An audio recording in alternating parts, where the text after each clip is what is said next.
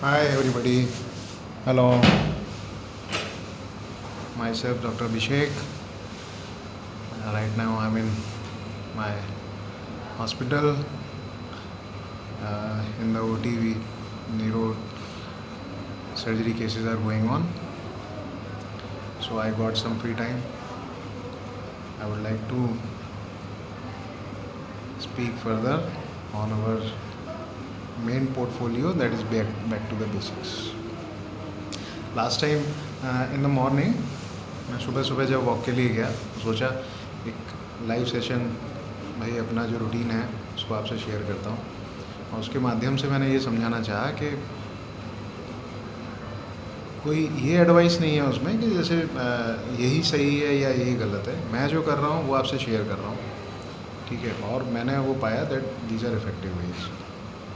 किसी से सुने नहीं है, कहीं पढ़े नहीं है, और खुद के सेल्फ अवेयरनेस आई है। एंड मुझे तो समझ में आया जब आप मन में ठान लो आप सेल्फ अवेयर हो जाओ तो हो जाती हैं चीज़ें, है ना। और फिर मेन आता है रिड्यूस करना इज़ ईजी, उसको मेंटेन करना इज़ बिट डिफ़िकल्ट। तो मेंटेनेंस के लिए बहुत कंबाइंड हॉलिस्टिक अप्रोच लगती है ना। और कुछ नहीं है, एक बार उसकी आदत पड़ जाए तो हम लोग, हमारे फैट सेल्स में मेमोरी सेल्स होते हैं, उनकी मेमोरी में एक बार परमानेंटली ये चला जाए उसमें 10-12 महीने लगते हैं, ठीक है। तो फिर वापस से रीगेन करना या वापस से फैट बॉडी में डिपोजिशन होने के लिए बहुत ही ज़्यादा आप लाइफस्टाइल अपनी फिर से चेंज कर लोगे तो फिर होगा, अदरवाइज नहीं। सेकेंडली आज डिस्कस करते हैं कि ओबेसिटी क्या है, ओबेसिटी कितनी हार्मफुल हो सकती है। ओबेसिटी ये आप ये समझ लीजिए सिंपल भाषा में, ओबेसिटी एक चलती फिरती बीमारी है। ओबेसिटी एक चलती फिरती बीमारी है जो लगती नहीं है कि मैं बीमार हूँ, बट यू आर सिक। मैं भी कम से कम 20-22 किलो ना वज़न एक्स्ट्रा लेके अपनी बॉडी पे चल रहा था तो मैं बीमार था। अभी भी है, अभी भी अराउंड 7 to 8 kgs मेरा, I am in overweight category only. आप सोचेंगे कि एडवाइस दे रहा है, खुद ओवरवेट है, बट आई एम डूइंग, मतलब अंडर प्रोसेस है, मेरे को वो भी कम करना है ना। उसमें लगा हुआ हूँ। और ये वीडियो बनाने का मेरा पर्पज़ ये है कि मैं भी मोटिवेटेड रहूँ और अपने आइडियाज़ दूसरों से शेयर करूँ, किसी को क्लिक कर जाए। और second most important reason weight reduce करने का और वीडियो बनाने का जो है वो है, मेरे घर में मैं देख रहा हूँ कि मेरे जो बच्चे हैं, किड्स हैं, मेरे बच्चे, मेरी सिस्टर के बच्चे, हमारी फैमिली में जो बच्चे हैं और भी जगह कज़न्स हैं, सब हैं, मेरा बच्चा है इस भाई, in fact they are not following anything. मतलब माइंड के लेवल पे, हेल्थ के लेवल पे ना पता नहीं क्या कर रहे हैं, कहाँ जा रहे हैं। तो मुझे लगा एज ए पेरेंटिंग का जो शायद मोस्ट इम्पॉर्टेंट पहलू है कि बच्चे भी हमको बहुत कुछ सिखाते हैं। तो मेरे को उनको देख के सबसे पहले मुझे लगा कि मेरे को बहुत चेंज होना है ना। जिस भी बारे में मुझे लग रहा है कि ये ठीक नहीं है, पहले मैं वो अपनी ठीक करूँ, तब तो मैं उससे बोल पाऊँगा। तो I started walking, I started jogging, सुबह या शाम जब भी आपको टाइम लगे आप भी करके देखिएगा। तो बच्चे को कहने में, टोकने में, उसको मोटिवेट करने में भी तभी आप सक्सेसफुल हो पाओगे जब आप खुद कुछ कर रहे होगे। तो बच्चे आजकल के इतने स्मार्ट हैं, they will revert back you in the same way, आप भी तो ऐसे हो, है ना। तो ये एक बहुत बड़ा मेरे पीछे एक रीज़न था कि फिर बच्चे इधर उधर के वीडियोस बहुत देख रहे हैं, टाइम फ़ोन पे बहुत स्पेंड कर रहे हैं, जिससे उनका माइंड भी बहुत डिस्टर्ब रहता है। और वो अपने आप को अभी से ये सोच रहे हैं हम सब कर लेंगे, सब आता है, कि कोई बात नहीं मानना, कोई बात सुनना नहीं। तो उनको बात सुनाने के लिए आपको कुछ ऐसा रूटीन सेट करना पड़ेगा कि वो आपको देख के फॉलो करने लग जाएं, उनको ठीक लगे, आप कह पाओ। मेरा एक ये पर्पज़ था। और ये वीडियोस भी ना मैंने बच्चों के लिए और उनके लिए एक प्रायोरिटी पे रख के बनाए हैं। शेयर करूँगा और करता रहूँगा, माने नहीं माने। फिर एक उनका पार्ट है, मैं मान लूँगा आई ट्राइड माई बेस्ट। ठीक है, तो ओबेसिटी एक अपने आप में चलती फिरती बीमारी है। इसमें जैसे आपको बाहर दिखता है कि बाहर एक्सटर्नली हमारे बॉडी पे फैट जमा हो रहा है, इंटरनली भी ऑर्गन्स पे फैट डिपोजिशन होता है।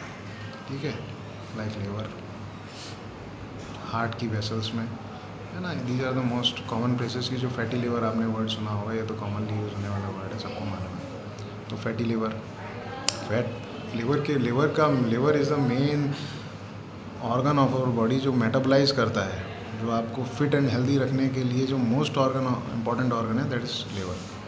ठीक है, जो उसी के ऊपर फैट डिपोजिशन होने लगता है, कहीं भी फैट डिपोजिशन होने लग जाए, जैसे आप ओवरवेट और फैटी होने की वजह से आपकी डेली एक्टिविटीज़ लेजीनेस आ जाती है, वैसे ही फिर लिवर लेजी हो जाता है। ठीक है, और लिवर लेजी हुआ, मेटाबॉलिज्म डाउन हुआ, तो जो बैड कोलेस्ट्रॉल है, एक्स्ट्रा शुगर है, ये मेटाबलाइज नहीं होगी और कहीं ना कहीं बॉडी में अदर सिस्टम्स को अफेक्ट करेगी। ठीक है, स्पेशली वेस्कुलर सिस्टम होता है, जो नसें होती हैं जो खून का संचार कर रही हैं बॉडी में, उनके अंदर जमा हो जाता है, ब्लॉकेज की टेंडेंसी बढ़ जाती है। ठीक है, लिवर फैटी लिवर होने वाले मेटाबॉलिज्म कम हो जाता है, तो आप धीरे धीरे मेटाबॉलिक डिसऑर्डर्स में जाने लगते हैं। उसकी वजह से हाइपर कोलेस्ट्रीमिया, बैड कोलेस्ट्रॉल बढ़ेगा। ठीक है, आपका अदर ऑर्गन्स पे भी इफ़ेक्ट आना शुरू हो जाता है, जिसकी वजह से आप मल्टी ऑर्गन फेलियर वाली एक टेंडेंसी बन जाती है आपकी बॉडी में कि एक ऑर्गन धीरे धीरे अफेक्ट होगा। सडनली आप पता पड़ा हाइपरटेंसिव हो गए, सडनली आप डायबिटिक हो गए, है ना। डायबिटीज़ तो एक ऐसी बीमारी है कि वो साइलेंट किलर है। तो मैं आपको एक जनरल फॉर्म में समझा रहा हूँ, जनरल पीपल्स के लिए मेरे वीडियोज़ हैं, अवेयरनेस बढ़े, जो कि बहुत बड़ा आगे पैंडेमिक टाइप आएगा, इसमें 100% आएगा, आ ही रहा है, कि डाइट और माइंड दोनों ही अफेक्टेड हो रहे हैं। एंड मुझे अपने आगे की जनरेशन की बहुत चिंता होती है कैसे होगा, है ना। तो इससे ये अच्छा रहा कि खुद में भी अवेयरनेस आई, तो उनको कहने में थोड़ा सा समझाने में इजी हो जाता है। ठीक है, दूसरा ये है डाइट। तो डाइट अभी सेकंड ना, उस दिन फिज़िकल एक्सरसाइज निकालिए आप टाइम, और फिर सेकंड आता है डाइट। डाइट में बड़ा डिपेंड करता है कि आपकी डाइट कैसी है, आप कौन से जोन से बिलोंग करते हैं, है ना, कहाँ के रहने वाले हैं, तो वहाँ कैसा फूड शुरू से मिलता है। लेकिन हर जगह कुछ चीज़ें कॉमन हैं, कहीं भी चले जाइए, कश्मीर टू कन्याकुमारी, कुछ चीज़ें कॉमन हैं। कॉमन चीज़ों में ये आता है कि इफ़ यू आर वेजिटेरियन, है ना, बैलेंस डाइट। मैंने अभी एक बच्चे को एक दिन चैप्टर पढ़ा रहा था, तो उसमें मेरा पूरा एक बार फिर से रिमाइंडर हो गया कि energy giving food, protective food and body building foods. तो ये तीनों चीज़ों फूड्स का ना कॉम्बिनेशन होना चाहिए बस। Other you are vegetarian, non vegetarian, कोई भी रिजिम आप बना लीजिए अपने हिसाब से। ठीक है, डोंट किसी की मैं कोट नहीं कर रहा है कि उस बुक में से पढ़ो, उसके वीडियो देखो, ये करो। इवन मेरे वीडियो मैं जो बताऊँ आप, मैं ये नहीं कह रहा कि आप मेरे नाम से कि अभिषेक से रिजिम ना, आप अपना रिजिम बनाओ। आपको अपने बॉडी के बारे में मालूम है कि आपको डाइजेशन में कौन सी चीज़ें ईजीली डाइजेस्ट हो जाती हैं। ठीक है, किन चीज़ों के बाद आपको प्रॉब्लम होता है, क्या चीज़ आप एक्सेस में खा रहे हो, नहीं खा रहे हो। कैलोरी काउंट पे थोड़ा सा वॉच रखना शुरू कर दो। जिस दिन आप ये सीख गए ना कि मैंने दिन भर में इतनी कैलोरीज ले ली हैं, आप हमको मैनेज करना जब सीख जाओगे, तो फिर डाइट की वजह से आपका वेट पे कम इफ़ेक्ट पड़ेगा। ठीक है, दूसरा एक जो चीज़ मुझे लगा वो मैं शेयर करना चाहूँगा कि अब आज का जो समय चल रहा है उसमें कुछ भी अच्छा नहीं बचा है। या तो कम ख़राब है, आपके पास दो ही चॉइसेस हैं, कम ख़राब या ज़्यादा ख़राब। ठीक है, तो अपने हाथ में है, नॉर्मल आदमी हैं अपन लोग, घर पे हर चीज़ बना नहीं सकते, उगा नहीं सकते, लेना पड़ेगी, मार्केट पर डिपेंडेंट है। अब उन बातों में पढ़ना बेकार है कि नेगेटिव बोलते रहें, ख़राब हो गया, सब कुछ ख़राब हो गया है। तो चॉइस ये है कि कम ख़राब वाला लो, पैसा स्पेंड करना है और चीज़ों में बचा के आप अपने खाने पीने की चीज़ों पे करो, अच्छे से अच्छी परचेज़ करो, जो कम ख़राब है वो परचेज़ करो। अच्छा तो कुछ है ही नहीं। ठीक है, थोड़ी कॉस्टली आएंगी। और दूसरा, कम खाओ, बाहर का कम खाओ, कभी कभी खाओ और अच्छी जगह खाओ। ठीक है, ऐसी किसी भी रेडी पे ठेले पे खाना बंद कीजिए, क्योंकि ऑयल और डेयरी प्रोडक्ट्स में इतना ज़्यादा एडल्ट्रेशन है that is harming our body. आपको लग रहा है मैं कम खा रहा हूँ, ज़रूरी नहीं है। आप लीन एंड थिन हो तो इसका मतलब सब बढ़िया है ना। ये भी एक मिथ है कि मैं लीन एंड थिन हूँ, मेरा वेट अंडर कंट्रोल है, मैं सब ठीक है, ऐसा कुछ नहीं है। अगर आप क्वालिटी अच्छी नहीं ले रहे, even if you are lean and thin, वो भी आपकी बॉडी को, ऐसे कई लीन एंड थिन मैंने देख लिया अपने मेडिकल फील्ड में जो हाइपरटेंसिव हैं, डायबिटिक है ना। तो वेट जो ओबेसिटी है वो तो अपने आप में बीमारी है, बट मैं लीन एंड थिन के लिए कहना चाह रहा हूँ कि वहाँ पे अभी खाने की क्वालिटी तो आपको ठीक लेनी चाहिए, ठीक है। तो खाने की क्वालिटी अच्छी लीजिए, बाहर का कम खाइए, कभी कभी खाइए, अच्छी जगह खाइए, ठीक है। घर पे एक अपना रिजिम बनाओ, अपना एक शेड्यूल बनाओ, अपना एक रिजिम बनाओ, और कैलोरी काउंट पे फोकस करना सीखो कि मैंने हाँ एक नॉर्मल मेल पर्सन के लिए दिन में 1800 से 2000 किलो कैलोरी सफिशिएंट है, ठीक है। एक एवरेज बिल्ट आदमी के लिए इतना ओके है। स्टार्टिंग में प्रॉब्लम आती है, कुछ चीज़ों की आदत लग गई है छोड़ने में, धीरे धीरे धीरे आप थोड़ा सा मन को स्ट्रॉन्ग करना पड़ेगा। जैसे मेरे को चाय बहुत हो जाती है, मैं यहाँ आया, फिर यहाँ के बाद कहीं और प्राइवेट में केस कराने गया, कुछ गया, तो आफ्टर दैट होता क्या है कि कहीं ना कहीं कुछ ना कुछ थोड़ा बहुत स्नैक्स, चाय, टी, कॉफ़ी, ये सब आता है, हम उसको काउंट नहीं करते, बल्कि वो आपके फूड के बराबर कैलोरीज हो जाती है। जितना आपने लंच टाइम में खाना लिया है, अराउंड पता पड़ा था आपने 800 कैलोरीज का खाना लिया, और 800 कैलोरीज आप बाहर डाल के आ गए, फिर रात में और सुबह ब्रेकफास्ट और सब कुछ ले रहे हो धीरे धीरे, तो ऐसे करके आप 3000 किलो कैलोरी ले गए। रिक्वायरमेंट थी 1800 की तक की, आपने 1200 किलो कैलोरी अंदर एक्स्ट्रा डाल दिया, तो क्या होगा उसका, ठीक है। कोई ऐसे वीडियोस हैं, या फिर मेरे से चाहें तो आप मेरे को लाइक, शेयर, सब्सक्राइब करेंगे तो मेरे को भी मोटिवेशन आएगा, मैं फिर इस पर और अच्छे वीडियोस बनाने की कोशिश करूँगा।